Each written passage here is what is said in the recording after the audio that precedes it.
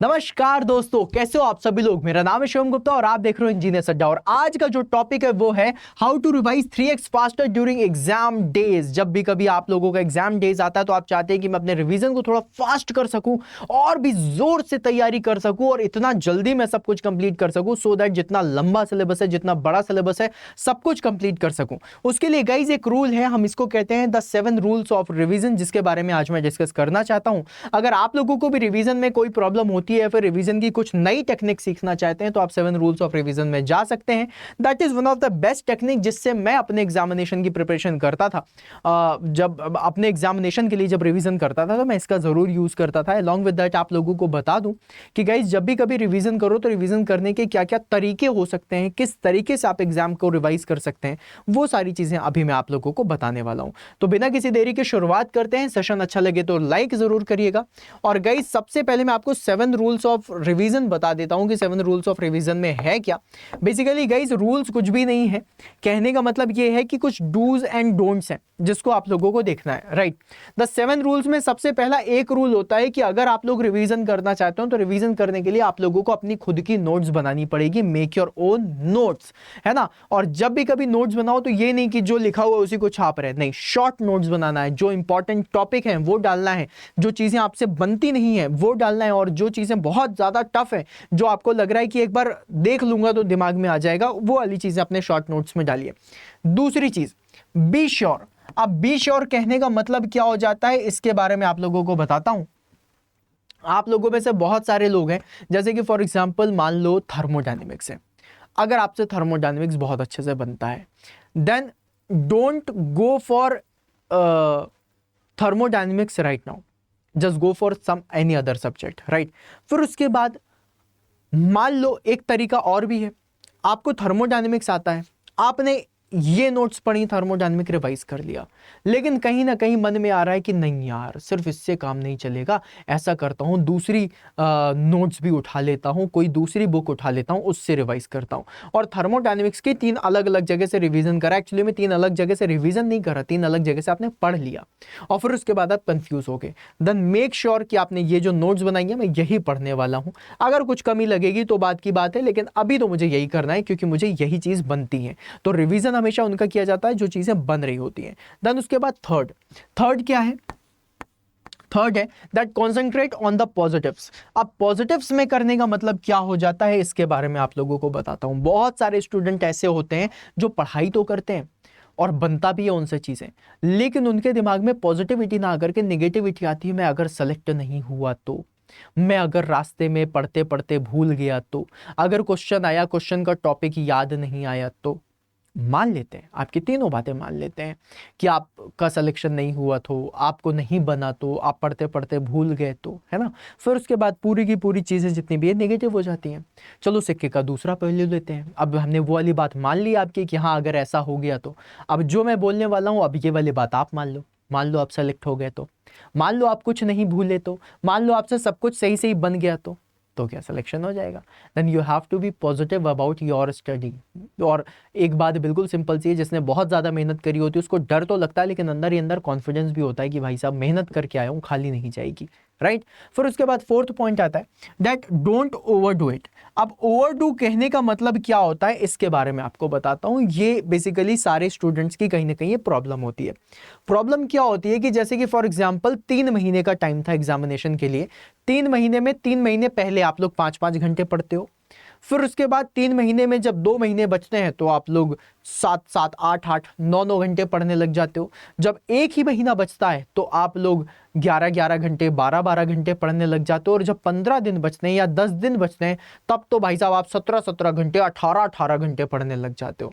और 17 घंटे, 18 घंटे अगर दिमाग को इतनी मेहनत कराओगे और जिस दिन फाइनल डे के दिन रिजल्ट की बारी आएगी ना, उस दिन दिमाग थका होगा, चल नहीं पाएगा।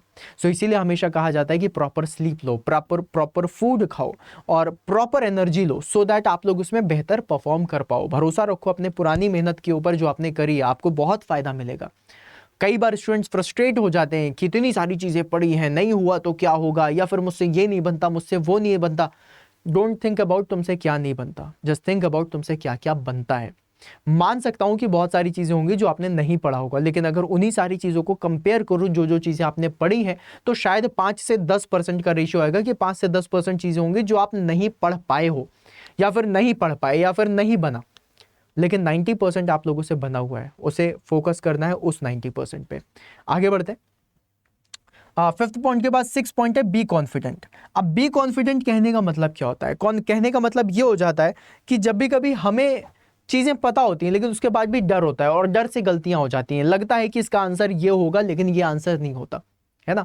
जब हम रिवीजन करते हैं तो रिवीजन करते समय किताब खुली हुई है, इतनी मोटी किताबें, और देख करके डर लगने लग जाता है, हाय राम क्या करे क्या करे क्या करे, राइट। वो डरना नहीं है, you have to be confident. यही चीज़ है जो सिलेक्शन दिलाने वाली है, यही रिवीजन है जो बार बार करूंगा तो बहुत अच्छा होगा। आप लोगों ने शायद एक कहावत सुनी होगी, करत करत अभ्यास के जड़मत हो तो सुजान, और रसरी आवत जाते सिलपड़ पड़त निशान, राइट। इसका कहने का मतलब क्या है? इसका कहने का मतलब है कि अभ्यास करने से, प्रैक्टिस करने से, बार बार प्रैक्टिस करने से जो मंद बुद्धि भी होती है, जो कमजोर दिमाग भी होता है ना, उसकी भी बुद्धि खुल जाती है, तेज दिमाग के तरीके से काम करने लगता है। उसी तरीके से कि सॉफ्ट, बहुत सॉफ्ट होती है, बहुत मुलायम होती है रस्सी, है ना। सॉफ्ट जो रस्सी होती है, और पत्थर के मुकाबले तो रस्सी बहुत मुलायम होती है। तो रस्सी भी अगर इतनी सॉफ्ट है और उसके बाद भी बार बार पत्थर से आएगी जाएगी आएगी जाएगी, तो उस पत्थर पे भी अपनी निशानियां छोड़ जाती है। ये मोटिवेशन है कंसिस्टेंसी का, ये मोटिवेशन है पॉजिटिविटी का, ये मोटिवेशन है कॉन्फिडेंस का कि हाँ मैं ऐसा कर सकती हूँ, है ना। तो इस चीज़ को याद रखिएगा। बट आगे बढ़ते हुए आप लोगों का last but not the least, ये जो है ये मुझे बहुत ज़्यादा पसंद है। Last but not the least नहीं बोलूँगा, ये इसमें लास्ट सेकंड है। ये बेसिकली ये है ट्राई न्यू थिंग्स। अब ट्राई न्यू थिंग्स कहने का मतलब क्या है, इसके बारे में बताता हूँ। कई बार क्या होता है, रिवीजन करने बैठते हैं, एक ही नोट से बार बार पढ़ते रहते हैं, कहते हैं हाँ हम तो रिवीजन कर रहे हैं। आप रिवीजन नहीं कर रहे हो, आप अपना टाइम वेस्ट कर रहे हो। जिस नोट्स को आप बार बार रिवाइज कर रहे हो आपके दिमाग में छप चुकी है। अब उस दिमाग में जो चीज़ें छपी हैं उसको देखना है कितना छपा है। तो अपने नोट्स को अगर तुम 3 घंटे लगा रहे हो रिवाइज करने में, तो उसको फास्ट स्पीड रिवाइज मारो और 1 घंटे में कंप्लीट करो। और अगले 2 घंटे में आपको क्या करना है, क्वेश्चन प्रैक्टिस करनी है, कुछ नया करते रहो। अगर आपको लग रहा है कि ये भी बोर कर रहा है मुझे, फोन उठाओ, वॉइस नोट्स बनाना शुरू कर दो। ऐसे ही अपना चालू कर दिया और बढ़िया बोलने लगे, अच्छा ये ऐसा होता है, ये वैसा होता है, इसमें ऐसा करते हैं, वैसा करते हैं। वॉइस नोट्स बनाओ, न्यू थिंग्स ट्राई करो, सो दैट आप लोग बोर ना हो जाओ, राइट। अगर आप लोग बोर होते हो तो भाई प्रॉब्लम यही होती है, डेली डेली खाना खा के, सेम खाना खा के बोर हो जाते हैं ना। तो हमेशा यही कहते हैं दैट जो वैरायटी होती है वो ओवरडम को सरपास कर जाती है। वैरायटी से आप लोग एक्साइटमेंट बना के रख सकते हो, नए नए एग्जाम्पल सोचो, डे टू डे लाइफ में चलो, राइट। और आखिरी आप लोगों को रूल बनाता हूं, दैट इज फोकस। बेसिकली क्या होता है, अगर आप लोगों की लाइफ में फोकस नहीं है, अगर आप लोगों को ऐसा लग रहा है कि कहीं ना कहीं मैं जो चीज़ें पढ़ रहा हूँ, पढ़ते समय दिमाग में कोई और ख्याल आ रहा है, तो आपका फोकस नहीं है ना। ऐसा नहीं होना चाहिए। आप लोगों को एक एग्जाम्पल देता हूं, उस एग्जाम्पल से आप लोग समझना, और आप लोगों को फील भी आएगा मैं किस फोकस के बारे में आप लोगों से बात करना चाहता हूं। और उसी फोकस को देख करके आप लोगों को समझ में आ जाएगा कि अच्छा ये ऐसे फोकस से हम लोगों का सिलेक्शन होगा, राइट। अब एक बात बताना, जो बात मैं तुमसे बोलता हूं, ठीक है, बहुत ध्यान से सुनना। अगर तुम्हारे फोन में खिचपिच की आवाज आ रही है, तुमने घर में कूलर चालू करा हुआ है उसकी भी आवाज आ रही है, तुम्हारे घर में बगल में शादी हो रही है उसकी भी आवाज आ रही है, बहुत ज्यादा इरिटेशन हो रही है, बहुत ज्यादा डिस्टर्बेंस है, लेकिन जिसका कॉल तुम एक्सपेक्ट नहीं कर रहे थे, जिसकी उम्मीद भी नहीं थी कि कभी इस इंसान का कॉल आ गया, और उस इंसान का कॉल देख करके आंखें बड़ी हो गई, ओ माय गॉड कॉल आ गया, हाँ। और जब कॉल आया तो भाई साहब अब कैसी भी कंडीशन हो तुम्हें बात करनी पड़ेगी। ऐसा हो ही नहीं सकता कि तुम बात ना करो। अगर मान लो नहीं कर रहे, चलो तुमने बता दिया तुम बहुत सख्त हो, लेकिन फिर भी अगर बात कर रहे हो, देन तुम्हारे कूलर की आवाज, तुम्हारे फोन का नेटवर्क, बगल में बज रहा डीजे, ये सारी चीजें कोई फर्क की नहीं रह जाती। तुम्हारा फोकस प्रॉपर होगा, इतने ध्यान से सुनने की कोशिश करोगे कि भाई साहब तुम्हें हर एक बात समझ में आ जाए। उसे कहते हैं फोकस, है ना। इस फोकस के साथ चलना है। बगुले को देखा है, बगुला बैठा रहता है, हवा चल रही, कुछ भी हो रहा, बैठा है। जैसे ही मछली आई तुरंत मुंह डाला और चोंच से अपनी मछली पकड़ी, दैट इज फोकस। तो फोकस को भी लेकर के चलना है, क्योंकि अगर फोकस नहीं होगा तो कहीं ना कहीं तुम लोग नेगेटिविटी के शिकार हो जाओगे। तो ये वाली चीजें आप लोगों को ध्यान रखनी है। ये 7 रूल्स हैं, अगर आप लोग इन 7 रूल्स का फॉलो अप लेते हैं, फॉलो करते हैं, तो आई बिलीव कि आप लोगों के रिवीजन में 3x फास्टर की उम्मीद आ जाएगी। रीजन, सबसे पहली चीज फोकस बढ़ता है तो स्पीड बढ़ जाती है। तीसरी चीज, आप लोगों ने जो रिवीजन करना था, तो अब जैसे कि मैंने यहां पर बोला कि न्यू चीजें ट्राई करनी है, तो आपने एक बार में 2 बार का रिवीजन कर लिया। कैसे? पहला रिवीजन जो 3 घंटे का करते थे, उसी रिवीजन को 2 पार्ट में तोड़ दिया और एक सब्जेक्ट को 2 बार रिवाइज कर लिया।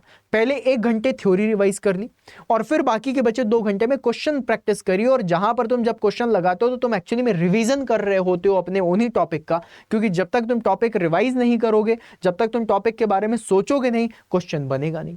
और अगर क्वेश्चन बन रहा है मतलब टॉपिक के बारे में सोचा और प्रॉपर अच्छे से दिमाग में सेट है वो टॉपिक, इसलिए तुमसे वो क्वेश्चन बन गया।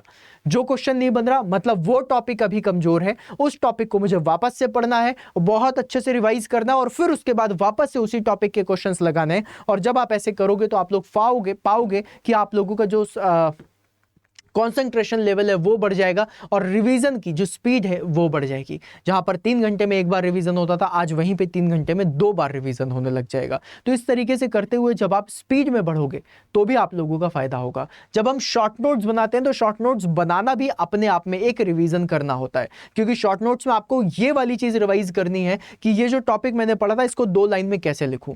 आपको ये चीज रिवाइज करनी है कि इतनी बड़ी चीजें हैं, इतना सब कुछ है, इसमें क्या क्या इंपॉर्टेंट लिखूं। आपको ये भी पता चल जाता है कि इतने टॉपिक्स जो आपने देखे उनमें से क्या क्या चीजें इंपॉर्टेंट नहीं है। ये भी एक तरीके का रिवीजन है। तो इसी तरीके से आप अपने रिवीजन को 3x फास्टर कर सकते हैं। आई होप आप लोगों को ये सेशन अच्छा लगा होगा। अगर सेशन अच्छा लगा है तो एक बार लाइक जरूर कर दीजिएगा और कमेंट बॉक्स में गुलाबी दिल के साथ बताइएगा कि आप लोग इनमें से कौन सी चीजें करते थे या फिर कहीं नहीं करते थे, तो अब कौन सी चीजें करने वाले हो एग्जाम टाइम पे। ठीक है, तो चलो गाइस, फिर मिलते हैं अपन नेक्स्ट सेशन में। तब तक के लिए बाय बाय। एंड हाँ, एक चीज और, अगर कोई स्टूडेंट है जो महापैक में इंटरेस्टेड है, मेरी पेड क्लासेस लेना चाहता है और प्रिपेयर करना चाहता है 2024 के लिए, देन वो महापैक ज्वाइन कर सकता है। कोड दिया हुआ है Y166, जिसका यूज आप लोग जरूर करिएगा। मिलते हैं फिर अपन नेक्स्ट सेशन में, तब तक के लिए बाय बाय।